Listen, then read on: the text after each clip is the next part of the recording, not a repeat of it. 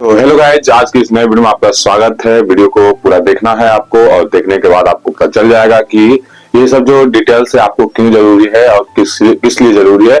तो सारी इस वीडियो में देखेंगे। अगर इसे डिजिटल वर्ड में देखना चाहते हैं तो इस चैनल को सब्सक्राइब करके बेल आइकन को प्रेस कर लें, क्योंकि हर एक वीडियो अप टू डेट हमारे चैनल के माध्यम से मिलते रहेगी और सही जानकारी मिलेगी और अच्छे तरीके से मिलेगी। इसलिए आपको इस चैनल को सब्सक्राइब कर लेना है और बेल आइकन को प्रेस कर लेना है, क्योंकि बेल आइकन को प्रेस करने के बाद आपको जो हम वीडियो अपलोड करेंगे आपके साथ आपके पास तुरंत जस्ट नोटिफिकेशन आएगी और आप वीडियो पर क्लिक करके देख सकते हैं। तो सबसे पहले वीडियो से शुरू करने के लिए सबसे पहले आप हमें कमेंट में जय हिंद लिखें। उसके बाद मैंने वीडियो को शुरू करता हूं, आप देख लेंगे। सबसे पहले मेरा क्वेश्चन है कि जातीय आवासीय आय क्यों बनाना जरूरी है या फिर क्यों बनाते हैं। ठीक है, तो सबसे पहले जातीय आवासीय, सबसे पहले बात कर लेते हैं यहाँ पे जाति की। जाति इसलिए बनाया जाता है कि हम कौन से जाति से बिलोंग करते हैं, इसलिए जाति प्रमाण पत्र बनाया जाता है कि जाति पता कर सकते हैं। जैसे कि कोई वैकेंसी वगैरह निकलती है या फिर कोई चीज बनाना होता है ऑनलाइन के माध्यम से ऑफलाइन के माध्यम से, तो उसमें जाति मांगा जाता है। इसलिए हम जाति पता करने के लिए ही बनाते हैं जाति प्रमाण पत्र। ठीक है, इसलिए अपना जाति बनाना बहुत जरूरी है। अब आवासीय की बात करते हैं, भाई कहाँ के रहने वाले हैं, कहाँ रहते हैं, इसलिए आवासीय या फिर निवास। आवासीय निवास दोनों एक ही शब्द है दोस्त, इसलिए आपको जिस भाषा में बोल सकते हैं, लेकिन आवासीय इसलिए बनाया जाता है क्योंकि आप कहाँ के रहने वाले हैं, कहाँ रहते हैं, इसलिए आवासीय बनाया जाता है। आय प्रमाण पत्र, आपको जो इनकम है सालाना इनकम, वो देखा जाता है कि आय प्रमाण पत्र में कि आपका सालाना इनकम जो है कितना है, इसलिए आय प्रमाण पत्र बनाया जाता है। और ये बात कर लेते हैं, ये तीनों जरूरी इसलिए जरूरी है क्योंकि कोई भी वैकेंसी निकलती है या फिर कोई चीज वैसा निकलता है सरकारी माध्यम से, तो वो ये तीनों चीज मांगा जाता है, इसलिए आपको बनाना जरूरी होती है। आप बात कर ले कि जातीय आवासीय निवास में दस्तावेज क्या क्या लगता है। जातीय आवासीय आय बनाने में दस्तावेज सिर्फ आधार कार्ड या फिर आपके पास वोटर कार्ड है या फिर राशन कार्ड है या फिर बहुत सारे पैन कार्ड है, तो बहुत सारे डॉक्यूमेंट आपको जरूरी होती है, इसलिए आपको बना सकते हैं। तो सिर्फ यहाँ पे आधार कार्ड से ही बना सकते हैं आप जातीय आवासीय निवास। ठीक है, तीनों बना सकते हैं। किन्हीं में बात होती है कि जैसे कि महिला लोग होती है, उनका जाति बस कैसे बनेगा, ये भी पॉइंट है। तो महिला का जाति इससे बनेगा जैसे कि उसके पिताजी का आधार कार्ड होना चाहिए। अगर उनके पिताजी का आधार कार्ड नहीं है तो उनके केवाला होंगे, केवाला नहीं है तो आपको ऑनलाइन अगर बनाते हैं, अगर आप लोग नहीं जाते हैं तो आपको क्या करेंगे, रिजेक्ट किया जाएगा। इसीलिए आपको क्या करना है, कुछ नहीं, आपको सिर्फ आधार कार्ड इसमें महिला वाला भी डाल देना है। महिला वाला आधार कार्ड अगर डालेंगे तो आपको ब्लॉक जाना पड़ेगा।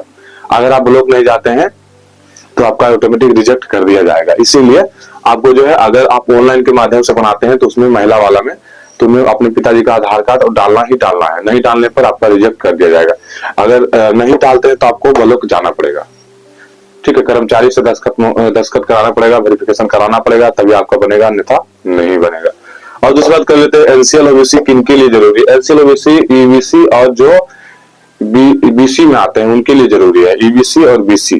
ठीक है, जिसे हम लोग बोलते हैं ना कि BC1, ठीक है, BC1 और BC2, ये दोनों में जो भी आते हैं उनके लिए एनसीएल जरूरी है। अच्छा, आपको भी बनता है भैया, एनसीएल जरूरी क्यों है, बात ये भी है ना, एनसीएल जरूरी क्यों है। देखिए, अगर जिन लोगों का 8 लाख से कम इनकम है, जैसे कि 8 लाख सालाना इनकम तो कम है, तो वो एनसीएल बनाएंगे। क्योंकि अगर एनसीएल नहीं बनाएंगे तो आपको ये चीज माना जाएगा कि आपका जो इनकम है 8 लाख से अधिक है। ठीक है, कोई भी अगर मान लीजिए कोई भी नौकरी निकलती है या फिर कोई वैकेंसी निकलती है, उसमें आपको जनरल में ले लिया जाएगा, इसलिए आपको एनसीएल जरूरी होती है। इस चीज को आप समझ लीजिए। आप बात कर लीजिए कि कौन कौन से जाति का जरूरी होती है एनसीएल। ठीक है, तो वो भी मैं एक वीडियो लाऊंगा और उसमें जाति भी विवरण भी दूंगा आपको कि कौन कौन से जाति का बनता है। लेकिन ये जान लीजिए आप शॉर्ट में कि बीसी और ईबीसी में जो आते हैं उनका एनसीएल बनता है। कोई भी हो, लड़का हो या फिर लड़की हो, कोई भी, सबका बनता है। ठीक है, इसको बनाना जरूरी होती है आपको।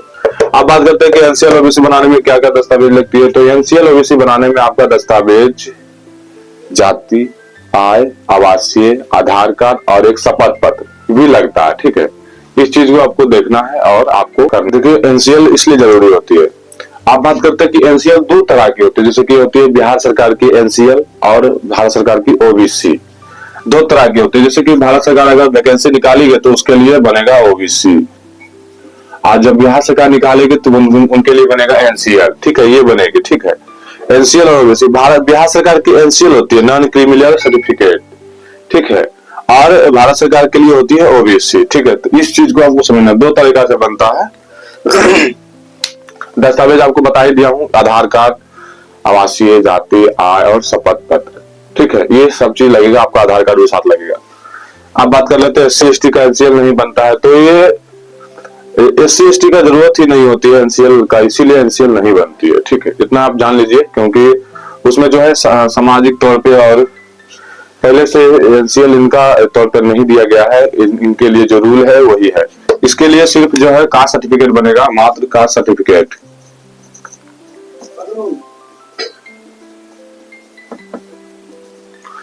कास्ट सर्टिफिकेट बनेगा, तो एससी एसटी जितने भी लोग आते होंगे उनका एनसीएल नहीं बनते हैं, सिर्फ उनका कास्ट सर्टिफिकेट बनते हैं, ठीक है। अगर अधिक जानकारी हो तो आप सर्च करके देख सकते हैं। आय प्रमाण पत्र का वैलिडिटी कब तक खत्म होता है? हाँ, ये भी पॉइंट है कि बहुत सारे लोग बोलते हैं कि हमको हर साल बनाना पड़ेगा। हाँ भैया, आय प्रमाण पत्र हर साल बनाना पड़ेगा, क्योंकि उनका जो है डेट होती है साल भर का, क्योंकि उस साल में ये पता करता है कि आपका जो इनकम है कितना है, साल भर में आपका इनकम कितना है, इसीलिए आपका इनकम सर्टिफिकेट बनाया जाता है ऑनलाइन के माध्यम से। इसलिए आपको बता देता हूं कि आवासीय और जाति का कोई वैलिडिटी नहीं है, लेकिन इनकम का जो है वैलिडिटी है 1 साल तक, ओनली 1 ईयर। ठीक है, ये भी हो गया। जनरल ईडब्ल्यूएस प्रमाण पत्र कैसे बनेगा? इसमें कि 10% आरक्षण मिलती है, तो जनरल में जो आते हैं उनके लिए कोई आरक्षण नहीं मिलती है। अगर ईडब्ल्यूएस में आते हैं तो उनको कोई वैकेंसी निकलती है बिहार सरकार के द्वारा, भारत सरकार के द्वारा, तो उसमें जो है 10% का क्या होता है, आरक्षण मिलती है, इसीलिए ईडब्ल्यूएस बनाते हैं लोग, ठीक है। उसमें भी इनकम जो है 8 लाख से कम होनी चाहिए, तभी आपका ईडब्ल्यूएस बनेगा, अन्यथा नहीं बनेगा। ईडब्ल्यूएस बनाने के लिए आपका दस्तावेज क्या लगेगा? एक आय प्रमाण पत्र लग जाएगा आपका और आधार कार्ड लग जाएगा, ये दोनों लगाएंगे तो आपका बन जाएगा ईडब्ल्यूएस। अब बात करते हैं कि ये सब बनाने का कौन कौन से वेबसाइट में जाना पड़ेगा। तो ये सब बनाने के लिए आपको आरटीपीएस पे जाना पड़ेगा या फिर ऑनलाइन के माध्यम से भी आरटीपीएस खोलना पड़ेगा। अब बात कर लेते हैं कि भैया कैसे बनाएंगे ऑनलाइन के माध्यम से, मुझे बताएं। तो मैं साइबर कैफे चलाता हूं और ये जो है ऑनलाइन के माध्यम से बता दूंगा कि कैसे ऑनलाइन किया जाता है। इस चीज को आपको समझना है। तो वीडियो कैसा लगा कमेंट कीजिएगा। कमेंट करने के बाद आपको कुछ भी अगर लगा होगा कि ये कैसे होगा वो कैसे होगा तो हमें कमेंट में करें।